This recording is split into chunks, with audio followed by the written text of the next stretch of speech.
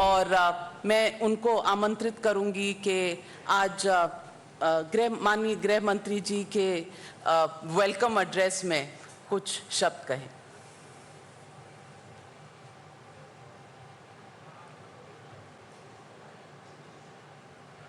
Thank you, Navika. Honorable Home Minister Sri Amit Shah and all esteemed guests here, good morning and heartiest welcome from Times Network. For well over a decade and a half, Times Network has pioneered efforts in developing informed opinion amongst India's influencers and proudly been at the forefront of every landmark in the growth of the nation in these crucial years. Our first offering in India's leading English news channel, Times Now, may have been your port of call through some of the most defining moments in recent history. In 75 years of independence, India has taken long strides on all fronts of human development, infrastructure, technological advancement, etc. We truly have achieved a lot in building a vibrant nation and society in spite of many odds and challenges. We now find ourselves at a cusp of transformative change. Political, geopolitical, and economic and social dynamics are shifting very, very fast. Our burgeoning population is now on the verge of realizing aspirations that they've had for decades.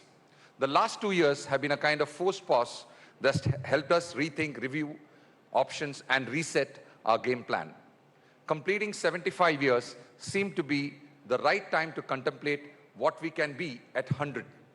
Considering the tantalizing options and possibilities, the next 25 years look like it can make all the difference.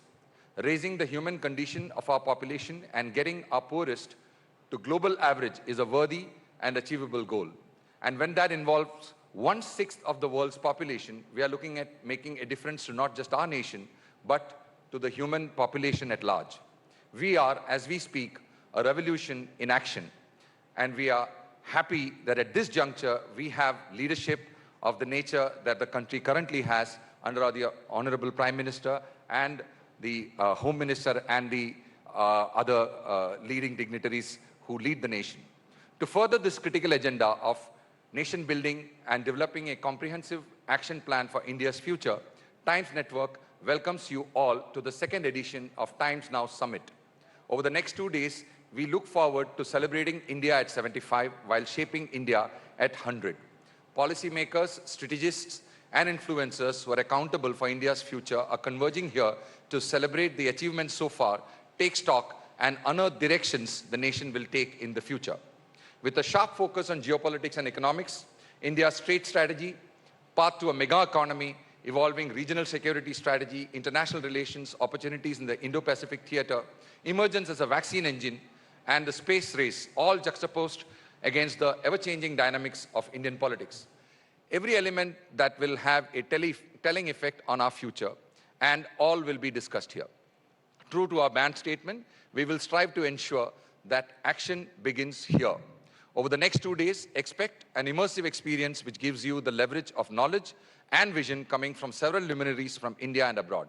We promise that you will go away from here with better vision and keener insights. Once again, I welcome you all to Times Now Summit. Thank you. M.K. Anand ji और माननीय गृह मंत्री जी, मैं आपको एक छोटा सा incident ये बताना चाहती हूँ कि पिछले साल फरवरी में हमने टाइम्स नाउ समिट का आगाज़ किया था। कंक्लूडिंग सेशन आपके साथ था। हमने तब बहुत सारी बातें की थी और आज उसके बीच में कोविड का दौर रहा और public face to face conferences का दौर चला गया। हम लोग वर्चुअल कॉन्फ्रेंसेस कर रहे थे और आज जब second edition of times now summit हुआ है तो आज इनॉग्रल सेशन पर आप हमारे साथ हैं। हमारे लिए ये बहुत आभार भी आपका और हमारे लिए बहुत खुशी और प्रसन्नता की बात है। देश की स्वतंत्रता को 75 साल हो गए हैं। 75 साल में हमने बहुत नई मंजिलें तय की हैं, लेकिन टाइम्स नाउ, टाइम्स नेटवर्क हमेशा नई मंजिलें तलाशता है और उनको अपना गोल बनाकर आगे बढ़ता है।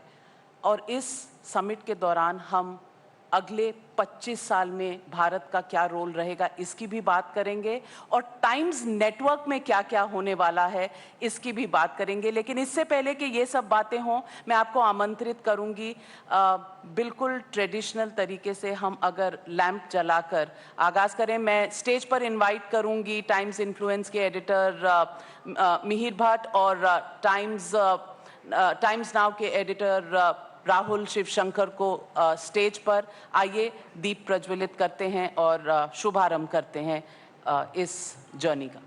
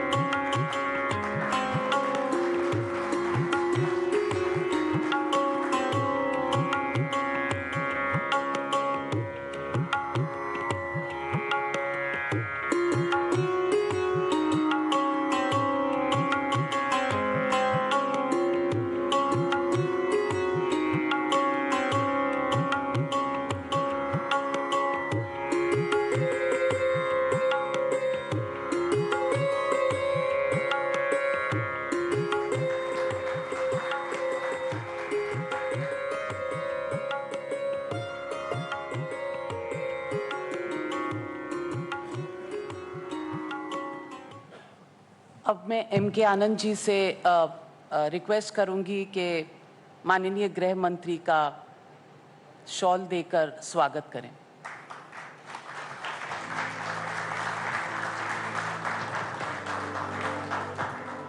और ये अब बस 1 मिनट और लूंगी आपका माननीय गृह मंत्री जी।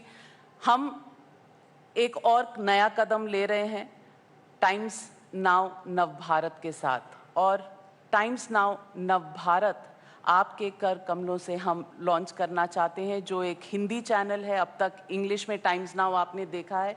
मैं M.K. आनंद जी, अगर आप 2 शब्द कह दें टाइम्स नाउ नव भारत।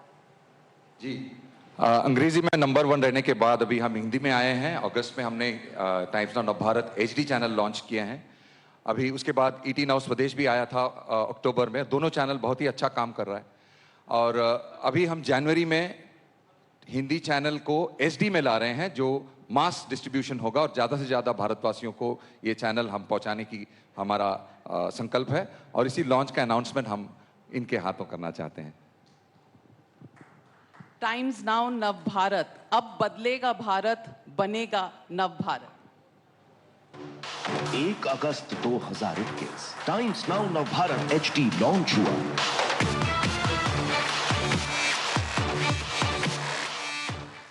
आज नई शुरुआत करी, इसलिए पूरे टाइम्स नाउ ग्रुप को, नाविका जी को बहुत बहुत शुभकामनाएं।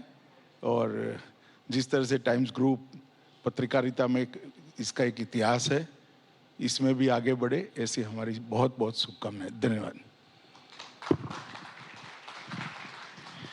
आपका बहुत बहुत धन्यवाद अमित शाह जी।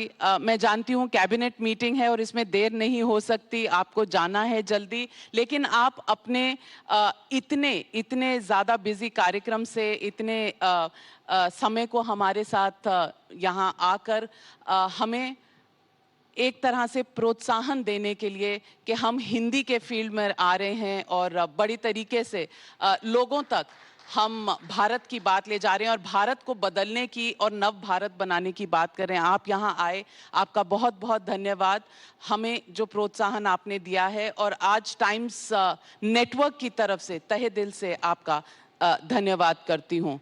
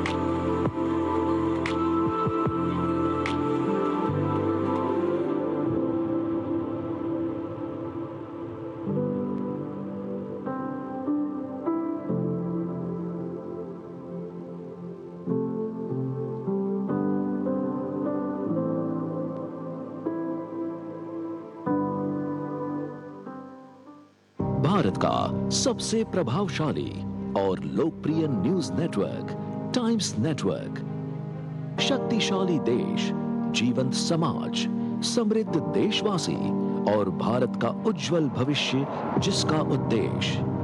इंग्लिश न्यूज जगत में times now world, mirror now और ईटी नाउ जैसे प्रतिष्ठित चैनल्स के साथ समाचार जगत में सर्वोपरि टाइम्स नाउ नव भारत और ईटी नाउ स्वदेश जैसे चैनल्स अब कर रहे हैं हिंदी समाचार जगत में जबरदस्त मंथन।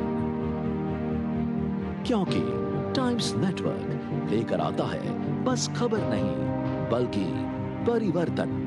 इसी आचार और प्रकृति की कसौटी का उत्कृष्ट फल है टाइम्स नाउ नव भारत। 1 अगस्त 2021 भारत के मीडिया जगत में गूंजा एक नारा, अब बदलेगा भारत, बनेगा नव भारत। यही हुंकार थी टाइम्स नाउ नव भारत की। बहुत ही कम समय में हमारे कवरेज, स्टिंग ऑपरेशंस और ब्रेकिंग न्यूज ने बनाया टाइम्स नाउ नव भारत को भारत का सर्वश्रेष्ठ और सर्वप्रिय हिंदी न्यूज चैनल। अब नव वर्ष लेकर आ रहा है टाइम्स नाउ नव भारत एचडी का एक नया अवतार। टाइम्स नाउ नव भारत गर्व से प्रस्तुत करता है टाइम्स नाउ नव Bharat HD.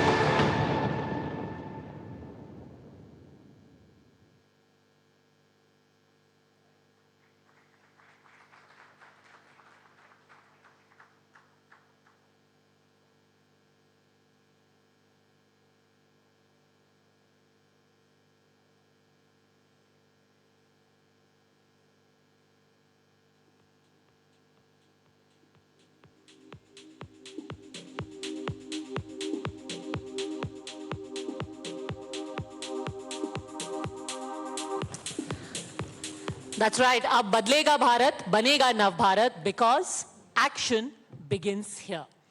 Remember, Times Network thought of the Times Summit as the platform that would not only be about an exchange of ideas, but it would also be an agent for change. Let's get started right away. And one of our most look forward to sessions today is obviously with a person whose product each one of us has been keenly watching over the last 1 year. Why, Ankit? Because our life could literally depend on it. That's right. And today, if we have the pleasure of welcoming all of you here, it is because of the hard work of course, the team which has been involved, the chairperson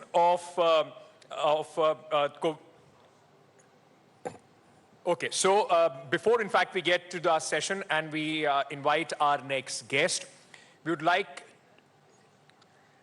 to tell you that today, just make sure that whatever you are tweeting out has the hashtag TimesNowSummit. So please remember that hashtag TimesNowSummit is the hashtag which you'll be using today to tweet out already.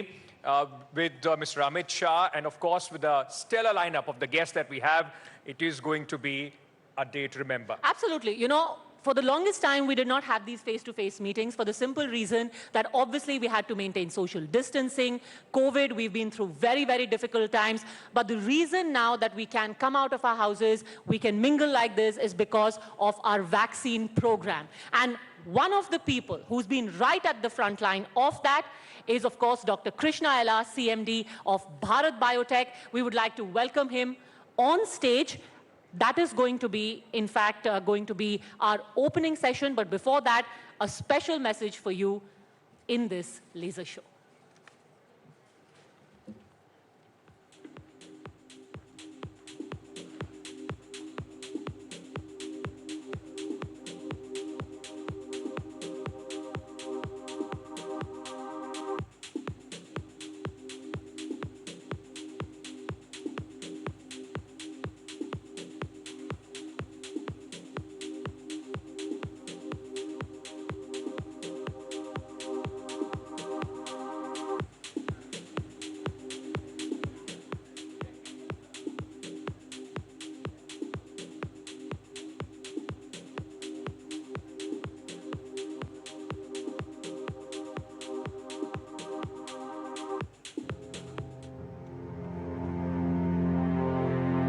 A nation of 1 billion plus hearts that beat as one.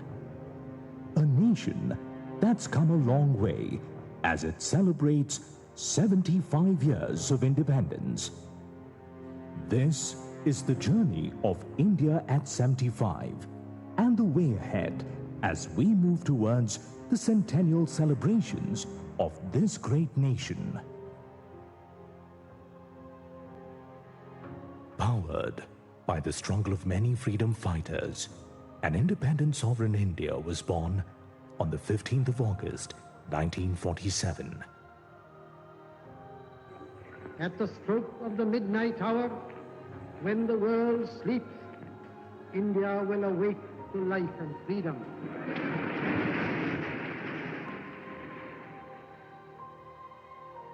Thus began a glorious journey, resplendent with many glittering milestones and achievements that has made this nation proud.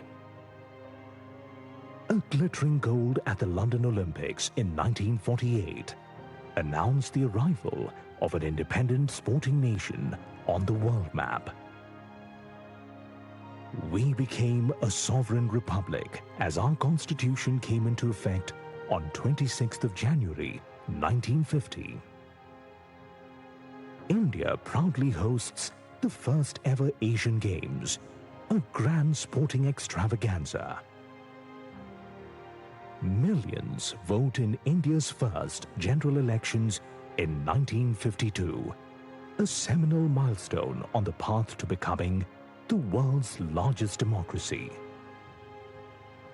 India takes its first strides towards a technology-powered future with the installation of the first computer in 1955. India becomes the first nation in Asia to go operational with a nuclear reactor, a symbol of the arrival of the nation's nuclear energy program. The next decade saw India grow as a powerhouse for educational excellence with the establishment of IITs. The world of cinemas saluted our excellence on celluloid as Mother India became the first Indian movie to be nominated at the Oscars. Indian sports was not far behind. Our flying Sikh, Milkha Singh, sprinted into the hearts of millions as he brought medals and glory to the nation. India led the first ever association of non-aligned countries, making its presence felt on the global geopolitical map. India's armed forces bravely defends the sanctity of the nation's borders by emphatically defeating Pakistani aggression. India strives for food security with the Green Revolution. Indian agriculture modernizes to feed a growing nation.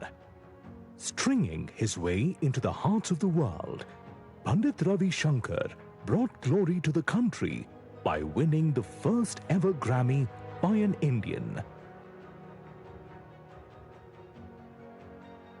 With an eye on the future and a dream to explore space, ISRO was established.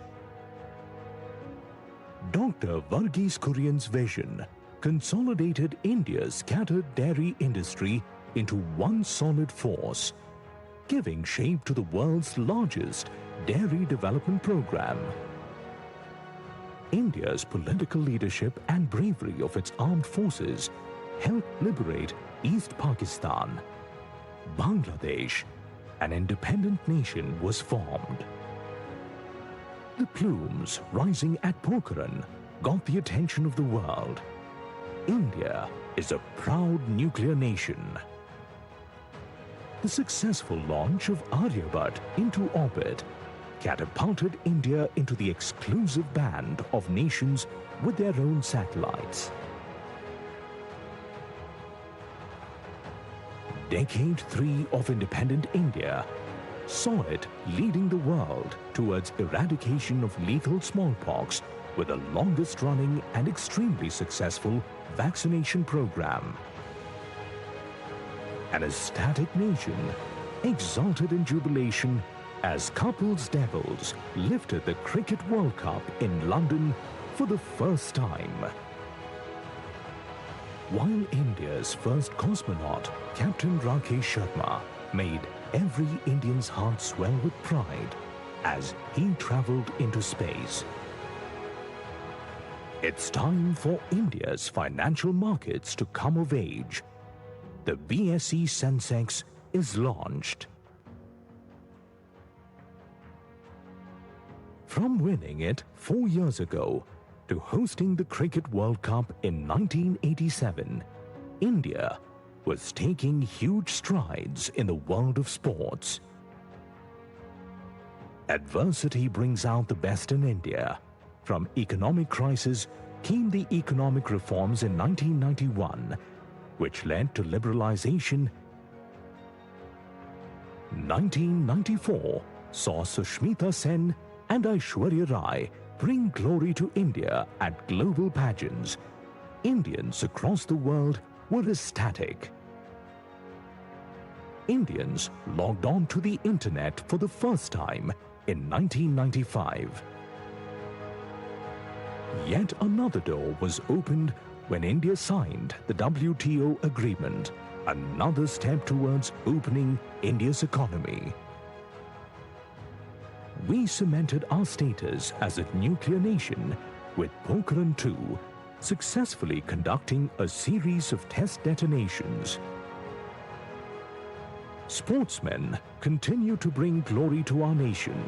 Our first individual medal at the Olympics in 44 years was brought home by tennis ace Leander Paes. More signs of an advancing nation are being seen. Infosys becomes the first Indian stock to publicly trade at Nasdaq. Yet again, the brave defenders of our borders decimated Pakistani aggression at the Kargil War. Grandmaster Vishwanathan Anand becomes the world chess champion, making the nation proud and inspiring millions. Soaring higher and going faster, India's indigenously built fighter jet, Tejas, takes off. Sania Mirza becomes the first Indian to win the Wimbledon doubles trophy. India and the USA signed on the dotted line to agree on the framework of the Indo-US nuclear deal, a path-breaking agreement for relations between the nations. A nation that always kept its women on a pedestal of respect and honor saw Pratibha Patil being chosen as India's first ever woman president. The next decade begins with giant strides for India in space as the world admired India's successful mission to the moon. Hitting the bullseye at the Beijing Olympics and bringing home India's first ever individual gold. Another path-breaking initiative takes off. The National Unique Identity Document, the Aadhaar, is launched. INS Arihant, India's very own indigenous nuclear submarine, took to the high seas. 1 billion Indians cheered as our cricket team became the first home nation to win a Cricket World Cup. Meanwhile, India's space mission leaped ahead with its Mars Orbiter mission, which reached the orbit of Mars, a first for an Asian nation and the world's first to do so in the very first attempt. To give impetus to financial inclusion in the nation, Prime Minister Narendra Modi launched the Jan Dhan Yojana. While the future of a cleaner India was kick-started with the launch of Swachh Bharat mission. Bharat ये कर सकता है, भारतवासी कर सकते हैं, अगर भारतवासी कम से कम खर्च में मार्स में पहुंच सकते हैं, तो क्या भारतवासी अपना गली मोहल्ला साफ नहीं कर सकते हैं? Indigenous production, local manufacturing, a boost to Indian industries and entrepreneurship. The launch of Make in India was a game changer. मैं आज लाल किले की प्राचीर से विश्व भर में लोगों से कहना चाहता हूं, कम मेक इन इंडिया, आइए हिंदुस्तान में निर्माण कीजिए, दुनिया के किसी भी देश में जाकर के बेचिए, लेकिन निर्माण यहां कीजिए, मैन्युफैक्चर यहां कीजिए. While India underlines its commitment to digitization of the nation with the Digital India Mission, a critical step in the right direction. As an emphatic statement to keep the nation free from terrorism, India launched surgical strikes at terrorist camps in Pakistan-occupied Kashmir. One nation, one tax, one market. The goods and services tax, the biggest reform since independence, came into effect, benefiting industry and small traders alike. The Ram Janambhoomi Babri Masjid issue came to a conclusion with the Supreme Court delivering its verdict, ending years of acrimony and peacefully resolving the issue. 7 decades after independence, the revocation of Article 370 resulted in the full integration of Jammu and Kashmir into the Indian nation. Empowering the defenses of the nation, DRDO conducted an anti-satellite missile test to register India's will and ability as a nation to defend its borders, land, water, skies, or space. New education policy was passed to bolster the Indian education sector and allow foreign universities to impart education to Indian students. Self-reliance is a hallmark of an independent nation.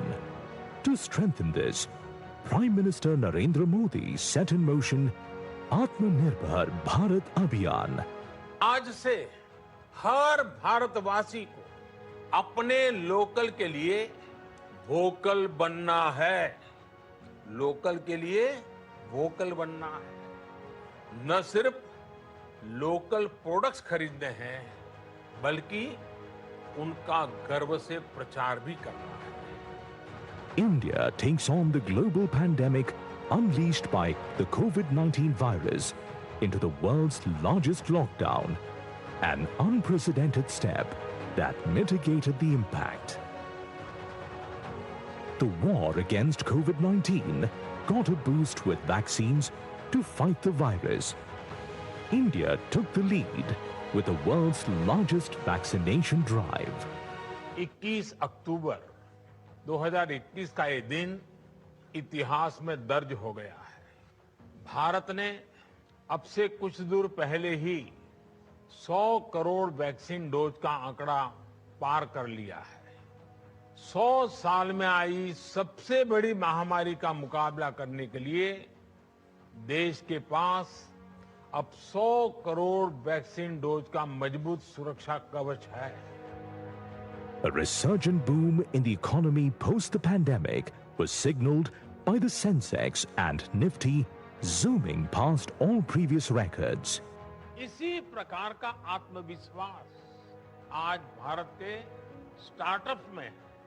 आज unicorns नए भारत की पहचान भी बन रहे हैं. 7-8 साल पहले भारत में 3-4 यूनिकॉर्न्स रहे होंगे. आज भारत में करीब करीब 60 यूनिकॉर्न्स हैं. इनमें से 21 यूनिकॉर्न्स तो बीते कुछ महीनों में ही बने हैं. Looking back at 75 years with pride, we look forward to the next 25 with determination.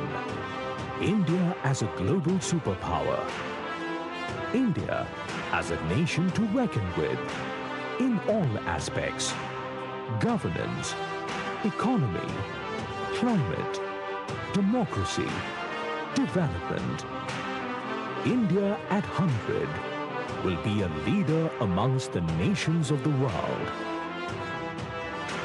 India is ready to soar. As a billion hearts beat as one, we take determined strides towards a vibrant, thriving India at 100. Jai Hind.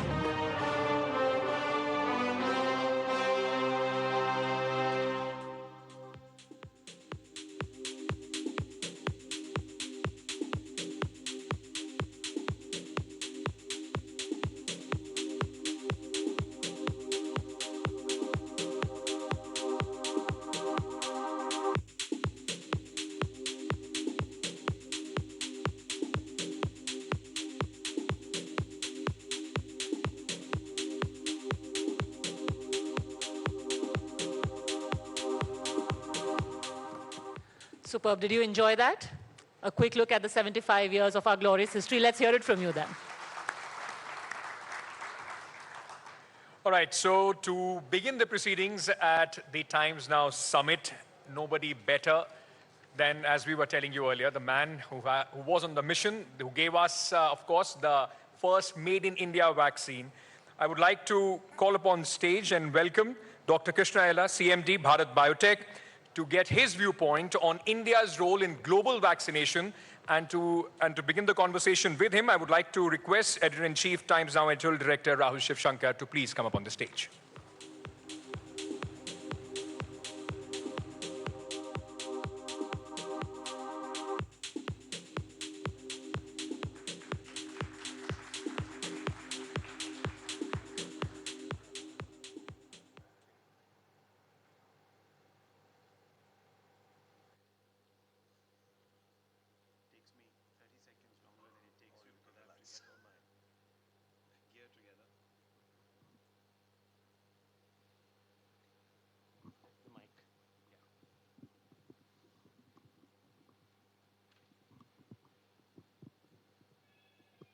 Dr. Ella, it's always a pleasure speaking with you, and we have had the opportunity over the last few months to talk more regularly, especially on television, as we have done, and you've always come across as an eloquent spokesperson, really, for bioengineering in this country. And I have to say that you've written yourself into history, at least India's contemporary history, and you'll be long remembered, perhaps even as the pasteur of India. But it must be particularly satisfying for you to be out here amongst all these people, because it's only possible because we've got the confidence after having been vaccinated, and hopefully we're more immune now to COVID-19 than we ever were before. And we're also speaking a few days after WHO granted Covaxin emergency use listing, and that's a very important landmark. How difficult and taxing was the wait, the delay over the last few months when you made the presentations initially? Thank you, Rahul. Can you hear me? Yes, yeah, thank you very much. Nice to be here. And I think at least I'm happy that India is the 4th country in the world to reach that vaccine manufacture. That's very important. As I saw in the TV just now, you showed that milk revolution Korean did. What I see is vaccine revolution will happen in India, and it will bound to happen. So I think that's there. Coming to WHO things, I mean, we are already 5 vaccines are WHO pre-qualified. It's not something we knew. I mean, we knew it very well. We know how to do it. But the problem is, many media people, many press were negative, and they wrote even to the scientific journals, should look at some of the death in Bhopal, which was happened because of the suicide of a person, but that blamed on the vaccine also. But the way the anti-things that happens, that has hurt us more, actually. And I think, and I want people to realize, instead of criticizing, just ask us, we will tell the truth. But making their own opinion, that hurt us very badly. That got delayed, some of the process. Whether our publications got delayed, our WHO pre-qualification was delayed, because they have to investigate a lot of things. But it's good, in the end, it's good. But we are very transparent, we are truthful, and we won the game. So you're saying that a lot of negative publicity by people within the country and outside, why do you think they directed this at you? I mean, to be frank with you, I don't want to be political, but I just want to say, when Prime Minister took the vaccine, immediately they say it's a BJP vaccine, it's a Modi vaccine, and it's all sort of synonyms. We are a scientist. We don't understand the politics. What we understand, how to do a science, how to succeed in the field. That's all what we know it. But then how people project different interpretation, different ideas, and that really hurts because I'm telling is, it not only hurts us, it hurts the future of startups of the country. Okay? And I think if somebody's want against the political system, they can take on different angle, but not on the healthcare issues. I think we are a neutral. We want the India to succeed. We want the people to be benefited. That's all we are looking at it. And I think that negative thinking has really hurt us a little bit. I think that's a very important point. I was recently out in Rajasthan, in some of the less developed areas of Rajasthan, and they didn't quite remember the name of the vaccine, but they said Modi Wali vaccine. So it's interesting that you make that allusion. And yes, it is rather unfortunate, and Times Now took a very strong position when we did debates about the manner in which the entire vaccination rollout was being politicized. And I think that was unfortunate. And you're now telling us, and it's an important news point, viewers, Dr. Krishna Ella telling us that it hurt, and it perhaps hurt the endeavor. Now, I want to ask you, do you believe that the delay was justified, Dr. Ella, as far as WHO was concerned? And I know you don't want to be political, but sometimes it is good to let the world know what you actually feel inside here. I mean, you know, as I said, the negative things in the country puts WHO also in a little awkward position. They want to be doubly sure what they are doing is right or wrong. Okay? So they want to review much more intensely. Every small issue becomes a major issue for them. And I think probably we are the only vaccine in the WHO gone through so much scrutiny, which other vaccines have not gone through so much scrutiny. And we have gone through more scrutiny because of our internal system also. And so I think, but it's still good in the end. We won the game. Good for us. More the people challenge, it's good for us to come out best out of the people. Yeah, Indians performs better under pressure cooker. The more the scrutiny, the better for you, because it shows that they didn't give you any free pass. Well, that's interesting. So you're saying that the WHO might have been influenced by a lot of what was said, perhaps by negativists here in India who were playing to a political project. Now, that's very interesting. Let me ask you, is it also because the world has not still accepted that India can produce a world-class product? Rahul, to be frank with you again, we produced a better product than Covaxin before, but no media looked at it, unfortunately. Typhoid conjugate vaccine, first vaccine in the world. We developed, now it's highly used in Pakistan, used in Zimbabwe, Myanmar, and Zambia, and Nigeria, and all the countries. And first vaccine in the world. Not even multinational, not even Europe and Americans. We were the first one to develop, and even last month, 2 New England Journal of Publication has come out on efficacy, effectiveness data coming from Nepal, Bangladesh, and Malawi, okay? But nobody recognized. So we have a good history of developing a new molecule, new vaccines, but nobody recognized. But fortunately, the COVID pandemic has brought the Covaxin into the limelight. But otherwise, we have done much better vaccines than even this one. It's interesting because while emergency use has been given for the general population, WHO still found the data insufficient, and I'm quoting it here, to approve the drug for pregnant women. Now, could you tell us a little bit more about this? See, the highest number of pregnant women in the world has been vaccinated in India. More than 1 million pregnant ladies already been vaccinated with Covaxin. Safety is proven. But they want, the WHO wants it in a clinical mode, that you do a clinical trial in a setup a system and prove it. And I think we are on the way on the job. I think we'll finish in next 2-3 months and we'll get that indication, not a problem. But we are probably happy to say that more than 1 million pregnant women has taken our Covaxin. Safety is proven, but they want some more other reactions to be looked at it, and we are looking at it, and we'll submit that next 2 months. Do you think this is extra caution or red tapeism on the part of the WHO? Because look, I mean, they've they've given EUL listing to vaccines from China. China doesn't really have the most transparent process, and let's be honest about that. So why the disparity? And I don't want to use the word discrimination because that's a loaded term, but why the disparity? I think we'll leave it there. We will submit the data what they want, and I think we'll prove the better science again. And one more publication will come out from. Where is the insufficiency part? They said it's insufficient data. Insufficient means because they want in a clinical mode, not in a COVID program where the people vaccinated in the 1 million people, pregnant women, which NTAGI took the decision to vaccinate the pregnant woman because they also deserve a vaccine.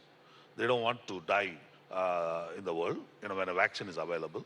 And I think that has been done, but they want in a clinical mode in a hospital situation to look at it cautiously, every small reaction, look at it and capture that and give them data. I would have thought that real-time data would have been perhaps more persuasive, don't you think? But we'll do the science, don't worry about it. They want some more science, we'll do that science. It's interesting because the WHO has been, of course, under attack recently for playing a political hand. And I don't want to get down that road, but we know that certain allegations have been made. We leave it at that. I just want to move on because the clearance for children's vaccine is also in the pipeline. And this is important. The WHO chief scientist, Dr. Soumya Swaminathan, is reported to have exuded confidence in a speedy approval. Now, how soon can we expect this in the market, Dr. Ella? I mean, we are the only vaccine in the world from 2 years to 18 years been done the clinical trial. Okay, nobody has done 2 years onwards. We are done. We are happy to say that. And safety and immunogenicity is well established right now in this population right now. We submitted data to drug controller, but WHO also, unless the National Regulatory Authority approves it, they will not approve. For us now that it is with the Drug Controller General of India, unless they approve it, I can't do the document to take it to the WHO. That's number one. Number two, for us, another concern is China is now moving aggressively in Argentina and other Latin American countries. They want to get indication for 3 years and above already applied. So we have global competition. And I think the Indian government should recognize it is not for India alone that we need to compete globally. So we need quickly permission from India so that we can take it to WHO and then move to other part of the world quickly. Because of the Chinese system, obviously the government is an enabler and works as a force multiplier at the international WHO level, et cetera, et cetera. Do you think that more could have been done with the Indian government and Bharat Biotech to push this particular children's vaccine? I think the supply issue is one of the major constraints. Might be that the government is thinking that if it is approved, then every child has to be vaccinated in the country. Then is it enough supplies? That might be the reason why they are holding on. But for us, as important is the global competition. See, all children will not be vaccinated in the next 2 months, 3 months. Not possible. It has to go in a staggered manner. But for us, getting into other part of the world, we lose that opportunity. That's a very important aspect of it. Now, this is very interesting. So you're saying that an approval might be held up because of supply constraints and the fact that we may not be able to produce enough vaccines. How do we get over that little hurdle, Dr. Ella? We are looking at some of the strategies like we reached as 1 billion doses annualized capacity right now as we're increasing slowly. And also we're working with the partners, other partners, three public sectors company and one private sector company. We're working with them, but they are still not reached that level. What do we expect from them? But what I see is we are coming out of the nasal vaccine. So we are thinking that Covaxin can be given first dose, second dose can be given a nasal. That also is very strategically, scientifically is very important because the second dose, if it's a nasal, you stop the transmission of the virus. You can at least avoid the mask, wearing a mask and other things. Because with injectable vaccine, you still need to wear a mask because upper lung is not protected. So the nasal will take care of that angle. So that also increases the capacity for us. You need to give only one Covaxin, second dose can be nasal. That increases the capacity for us. So we're looking at that alternative strategies. Well, I'm glad you brought up the nasal vaccine because that was my next question to you. You have said, and I'll quote, at least your company said, Bharat Biotech's nasal vaccine showing good results in phase 2 trial. Now, what does that mean? We have almost completed phase 2 trials for the nasal vaccine. It's showing good results. This vaccine will help in controlling the transmission of COVID-19 infection. You just explained that, but good results mean what? This is a complex immunology.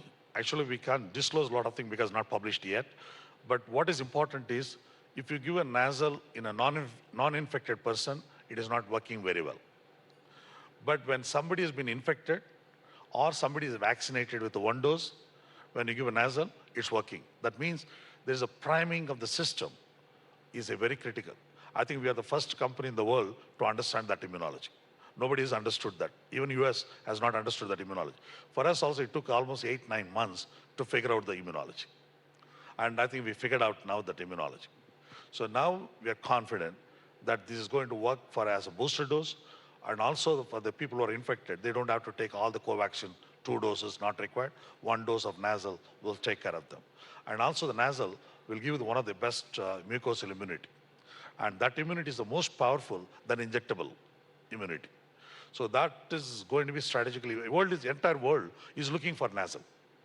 Not only us, every world. Because if you want to stop the transmission, there's the only way is a nasal. But we are trying, everyone is trying to figure out the immunology. And I think fortunately we figured out the immunology of that, right? That's wonderful. That's really good news, optimistic news. How soon can we expect this breakthrough, Dr. Ella? We just completed phase 2 right now. The analysis is going on right now. And I think you should expect, 3-4 months. We are also talking to the government. The COVID program, many people criticize, but I see that as a great opportunity for India right now. How we can do a clinical trial also in a COVID program. So we suggested to the government that not only vaccinating the people in the COVID program, can we have a strategy in a COVID using for clinical trial, where you can fast track the clinical trial. And I think they like the idea. They like the idea, and now we need to expand that idea here. Let's move on government support industry. That's another important aspect, given the fact that India wants to turn into a vaccine developer, manufacturing hub. Dr. Ella, Prime Minister Modi obviously exuded a great deal of belief when he decided to take Covaxin.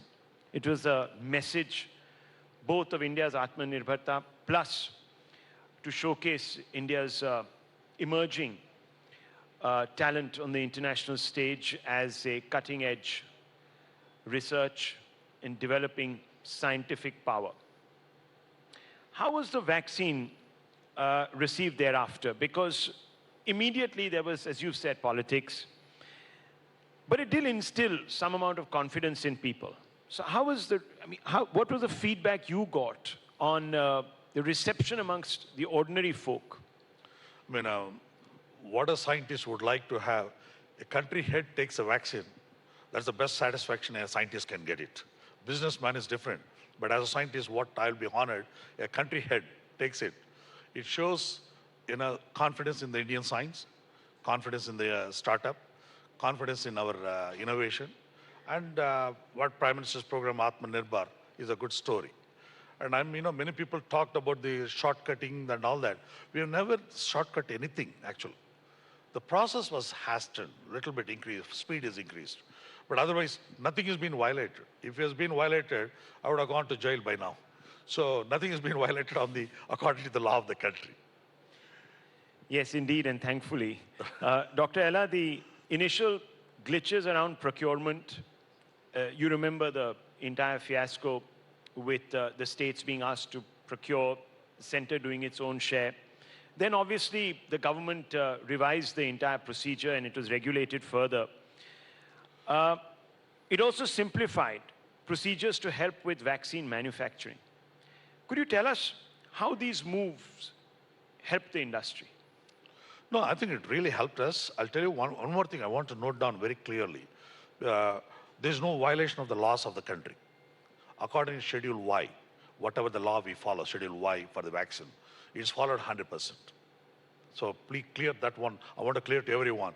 Every rule is followed in the Schedule Y.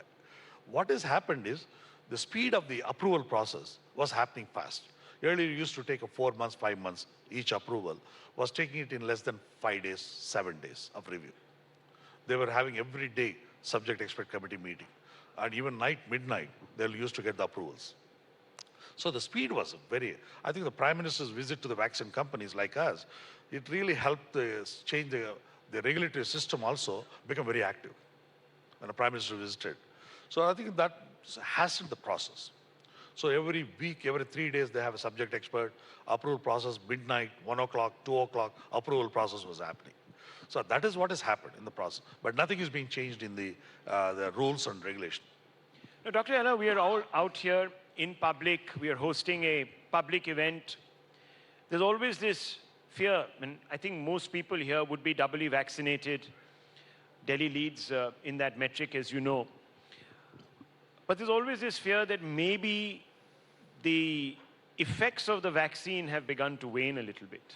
So I want to ask you, sir, what, according to you, is the time period when we would require a booster dose, if at all? Just to back up a little bit your question, look at US, mRNA vaccine. Everybody thought mRNA is going to revolutionize the world. Now, after vaccination, after 1 or 2 months, everything is went out. Okay? That clearly shows there's not much T-cell memory responses in the body. That's why even vaccinated people got reinfection in the US. Now they're recommending the booster dose for above 60 years, above medical problems people, they recommended a booster. We also looked at it. 6 months, people who have been vaccinated in the phase 1 and 2, we took those people. We looked at whether memory cells are present or not. There's a memory cells present. And then we given a vaccine to them. Is it boosting effect is there? Yes, it does boosting effect. And there is a memory. So we are comfortable in a way. If you give a booster, it really works. But the booster requires more doses. So that is another angle. So that's why we are looking at, again, nasal. Can it be complemented as a booster dose if it comes? Because that scaling up capacity is very easy in nasal compared to the Covax. So we're looking at multiple choices. But certainly, if you ask me, it's a government decision. But booster will help. But at the same time, there is a memory in the body. When somebody has got a memory in the body, when you have infection, and third day, the immune system will shoot up. That's how the memory will take care of. That's why child, when you're given 3 doses in a childhood vaccine, lifetime you get immunity. Lifetime the child is protected. That's because the memory is there in the cells. That memory shoots up whenever the infection occurs. The same concept will work. So this is very interesting because in public interest, we must explain to our audience that is also watching how long before the immunogenicity starts decreasing. This is important. What's the benchmark? 6 months, 8 months? There are 2 immune response, IgG, and I think, many people in this country who are taking a vaccine, they go and spend 1,500 rupees on checking the IgG, which is not required. It's a waste of time. Because IgG will be the temporary. It will be present when the infection occurs. It's present and then goes down. Because if it is remain like a mRNA vaccine, it produces so much high response of IgG, but which is not good for the body also. Anything high is also good. Anything too much too much water also is not good for the body. The same thing, immune system, too much also is not good. That is where the body is setting right, deleting the whole, that immune system IgG. Why it's waning out? Because body cannot take it up anymore. It's shooting out down. Same thing, we get immune response IgG more, little bit in the beginning, but after that memory cells take over. The T cell we call. The T cell is very, very important in the body. That is where the babies are protected because of T cell response, lifetime immunity. The same thing we created, we put a new adjuvant in this vaccine so that shifting from IgG to T cell response. So we have long-term immunity in the body. And that is what we did in Covax. So again, I'm going to press you because I'm obsessed with data and I'm sure everyone here is going to benefit from that. When is the ideal time when you should be considering a booster, sir? And this is an honest question, and I want an honest response. I think 6th month after the second dose will be. 6 months after the second dose. So this is important, viewers. I don't think anyone has spelt this out. 6 months after a second dose is when you should be looking for a booster. Now, coming back to the nasal vaccine, sir, this could, as you're saying, triple up, so to speak, as a booster. Now, I want to ask you, can the vaccine formula work across all COVID vaccines? The nasal vaccine, could it fit also people who inoculated like me, for example, with Covishield? Perhaps we know Covaxin, but We have indirect data from the Covishield also, but I think we will do more intensive work on that. But it is working. It's working. But what is a trick in the nasal is it should have been, body should have been primed either with infection or vaccinated. So you have to have obviously been either infected or vaccinated for it to work. That's very interesting. That's a very important detail, viewers, on the nasal vaccine front. Now, I want to ask you, because Covaxin is understood to be effective against Delta and Delta Plus variants. What about the new AY.4.2 variant? Can the vaccine formula be tweaked to protect against future variants? And do we require, as we go forward, more tweaked versions of the Covaxin? Honestly, we don't have a data yet for that variant, but it still is not a vaccine of concern, a variant of concern yet globally. But it's more of a UK specific. Only 6 to 8% people got infected with the AY 4.1. But in India, we still don't know yet. But it's still a minor one. But we don't have a data yet on that. Zika. We've been reading a lot about Zika virus. It's starting to infect people. Once again, it's not an alarming stage, but there have been reports. Can vaccines provide relief there? And do you have any plans to develop a vaccine against Zika? Again, I have to blame both government and as well as the media, because we are the first company in the world to develop Zika vaccine in 2014, even before the Brazil instance. When Brazil instance came in December 2015, we are the one who told the WHO what is the sequence analysis of the Zika, what problem is there in the Zika, and actually we briefed everything to both WHO and also US. US has asked me, NIH, how did I predict the Zika, even before the incident came. So we have some other story why we predicted. But Zika, we were the first one to file a global patent, and we completed a phase 1 trial in a dengue positive and dengue negative people already. And then nobody wanted to fund the project, so we kept in the cold shoulder. But right now, we might revive that because now it is a disease burden is increasing in Kerala, Maharashtra, and UP right now. And I think we are ready with the vaccine. You're ready with the vaccine, a Zika vaccine. When are we going to see it in the market? I mean, that's a long way to go about it, but I don't know how the government will react. But certainly phase 1 is completed. And so we have extremely good product inactivated, just like similar Covaxin strategy. We used it long back in 2015. So you're waiting for government approval? Not government approval. Government has to do some more trial. Okay. They have to take up the trial. Because the problem is, if the disease burden is not there, there's no point in doing a trial. So we can't do that. We have done it when disease burden was not there, we did a phase 1.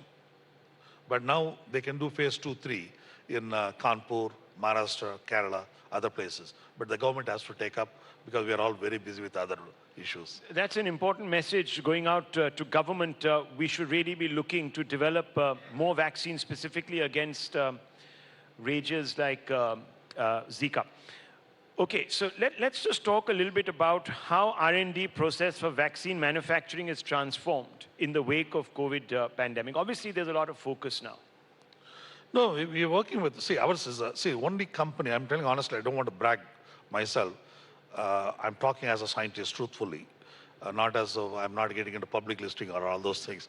But I'll tell you honestly, we are the most aggressive R&D company in the world.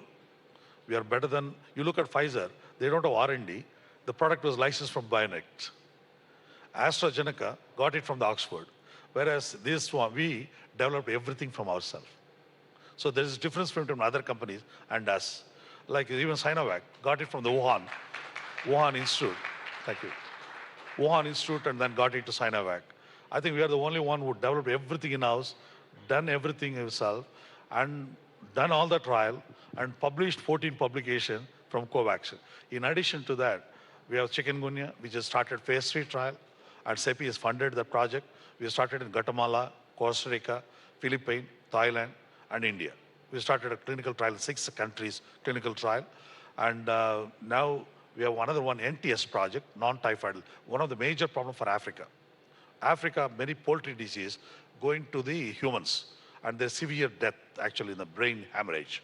And that one, we completed a phase 1 trial in US, Baltimore. We completed phase 1. Now Wellcome Trust is funding the project, and we are taking to phase 2 and 3 into Africa project, that one. So I think we are most, in a way, R&D company, but we're located in India. So in India means everybody looks at it. Had I been in US and done all this thing, I would have been better recognized than in India.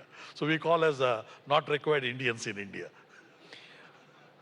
Well, it's important, viewers and of course guests here in the audience, to remember that we're at the cutting edge of Atmanirbharta. And there are people like him who are leading this revolution. So let's put our hands together for Dr. Krishna Ella.